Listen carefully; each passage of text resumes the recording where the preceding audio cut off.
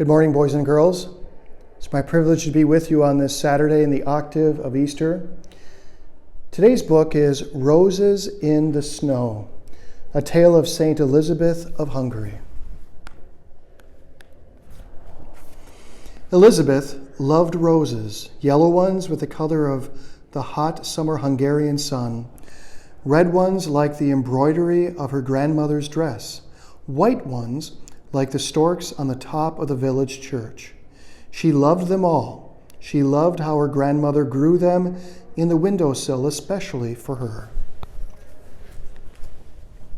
You can see the white and the stork. There's the yellow like the Hungarian sun, and then the rose. The red rose, rather. Nagi Mama had planted them in large pots the day Elizabeth was born, and every year in November they picked some of them and took them to the village church. Today was that day. Nagi Mama, tell me the story about the roses and the beautiful lady. Tell me about my Elizabeth. Grandmother's wrinkles around her mouth stretched into a sweet smile. She wobbled to her rocking chair and sat down by the stove, fixing her babushka tight around her gray hair. She looked at her sweet Elizabeth and began the story, a story so sweet and so familiar, yet always so exciting and so new. Here is Nagi Mama. I think that's Hungarian for grandmother. And there is Elizabeth. There's a calico cat. A long time ago, began Nagi Mama, and even the playful flames in the fireplace quieted down, and the fluffy cat stretched blissfully on the rug near her. A long time ago in the beautiful country of ours, during the hot July days when the farmers gathered sweet hay for the winter, a little girl was born. You can see the fire of the stove. There's the Hungarian flag. And here outside are the farmers collecting hay.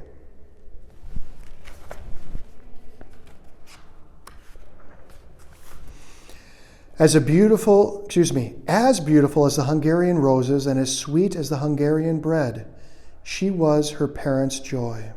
They named her Elizabeth. The child grew happy and virtuous in the king's court. She loved to spend her days playing in the flower garden and marveling at her favorite flowers, the sweet, fragrant roses. She would gather them in her skirts and carry them to church to grace the feet of the Blessed Mother. And here is this Elizabeth gathering the roses in her garment. And these are the parents of this Elizabeth.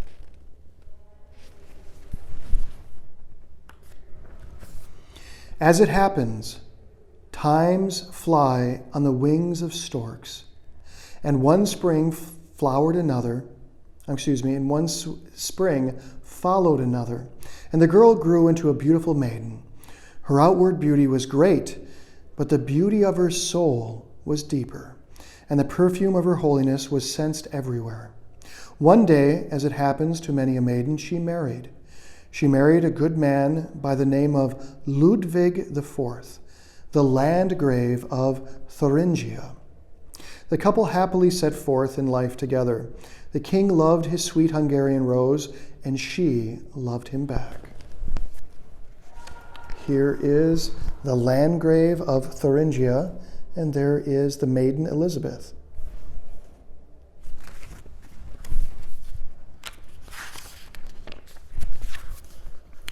Their place, I'm making some mistakes this morning, sorry. Their palace was soon filled with the laughter of children and the blessings of a happy family. Elizabeth loved her children, and she spent her time playing with them and nurturing them just as any good mother would do. Sometimes, while they played in the garden, a beggar would pass by, and Elizabeth's sweet heart would twist in pain and love for the poor creature. She would run into the palace's kitchen and come out with breads, jam, fruits, and even with the cook's most coveted cabbage rolls. Her loving and good husband did not mind that she gave away to to the poor? Not at all. In truth, it made the man love her more and cherish her with a love stronger than the one he felt for her on their wedding day. And here is this Elizabeth giving food, and notice her children are observing her in her charity. And here is the child of the person who needs food.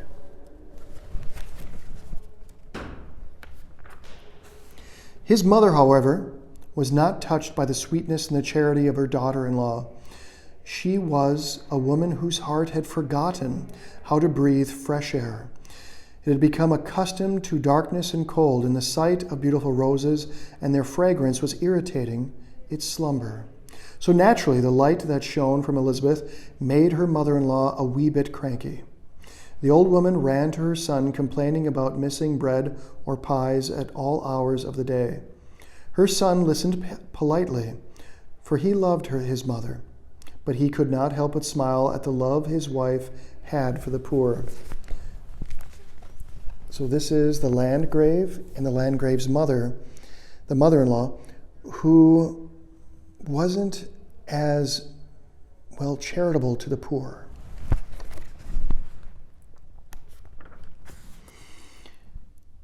Is it time for the miracle of the roses, Nagi Mama? Little Elizabeth wriggled impatiently closer to her grandmother. Even the cat lifted his sleepy head up off the rug. Be patient, Edesem. Miracles cannot be rushed. Neither can stories, or they won't taste as sweet as they ought to. Picking up a few stitches on her needle, Nagi Mama continued, one cold day, my Nagi Mama told me it was even snowing, and she knew that because her Nagi Mama told her. And she knew that because her Nagi Mama told her, giggled Elizabeth. And of course, notice this, what the Nagi Mama or the grandma is wearing is called a babushka. It's like a veil.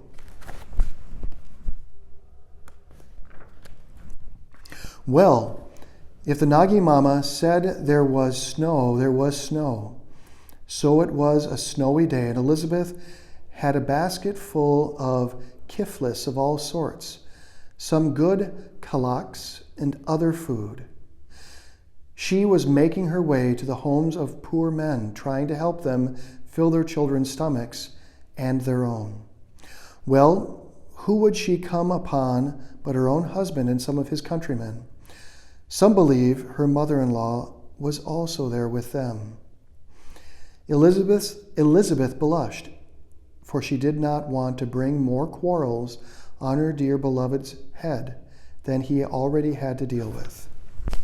So on this snowy day, there is this Elizabeth meeting her husband, the Landgrave, as she is going about her charitable deeds.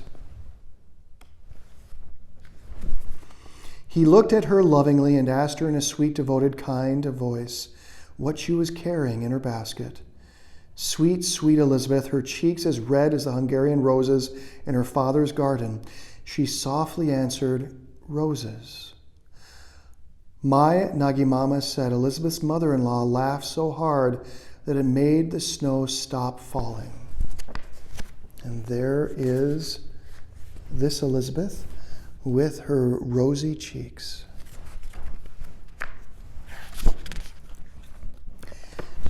In the quietness of the moment, her husband lifted the cloth from the basket, and out came roses, red ones, white ones.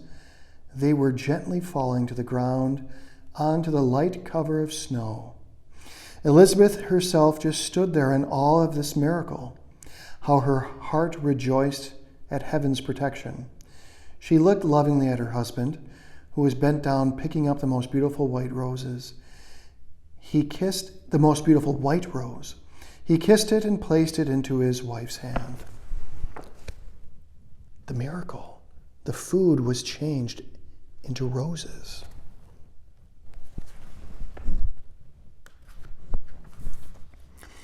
I wish I could tell you they lived happily until old age, but you know I cannot. Ludwig died from a fever and left his wife a young widow. The miracle of the roses did not warm the heart of her mother-in-law or her brother-in-law. And your sweet Hungarian Rose had a hard time in this new land.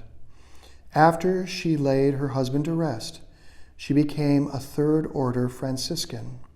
She continued to live a life of holiness, a life sprinkled with the scent of roses, dedicated to the love of the poor and the sick. And here is the future Saint Elizabeth of Hungary as a third-order Franciscan helping the poor.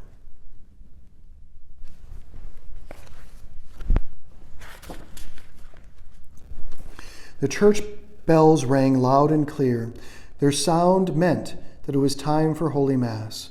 Quietly, Elizabeth put on her coat and wrapped her red babushka around her long braids. She picked up her roses and quietly slipped outside. Holding on to her grandmother's aging hands, she walked down the small village road. The November air was filled with the smell of hot bread baking and jelly cooking. The village geese followed them curiously, from time to time making a honking noise, as if to invite other passerbys to join this procession.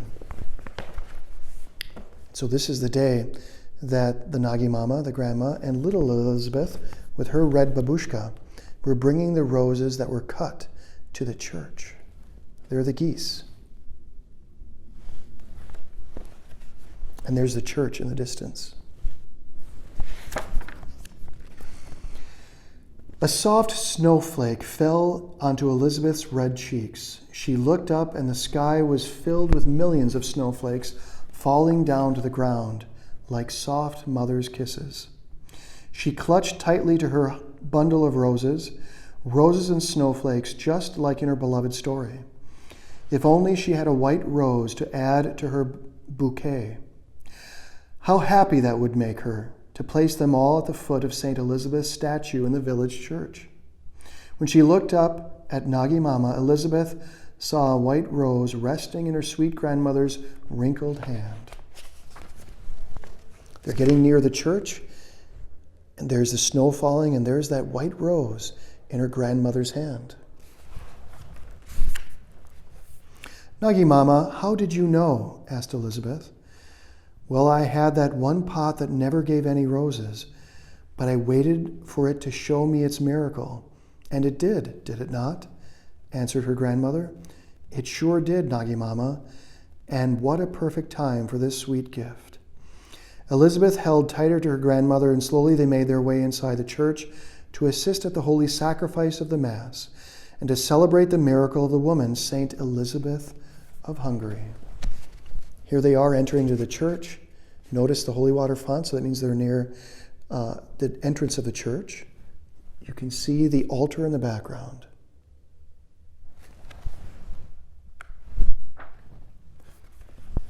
And that is the end. Here is a map of Europe at that time.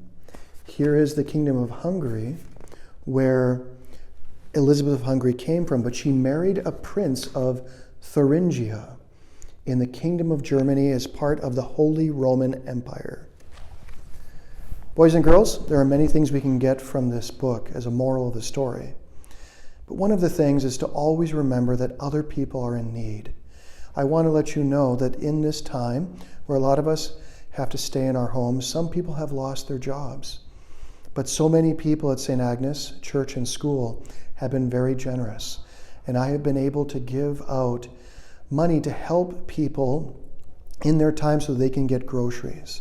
So this is a beautiful time. Please pray for those who are in need and make sure that you always are grateful for the food and bread, the food and drink that your mom and dad put on the table.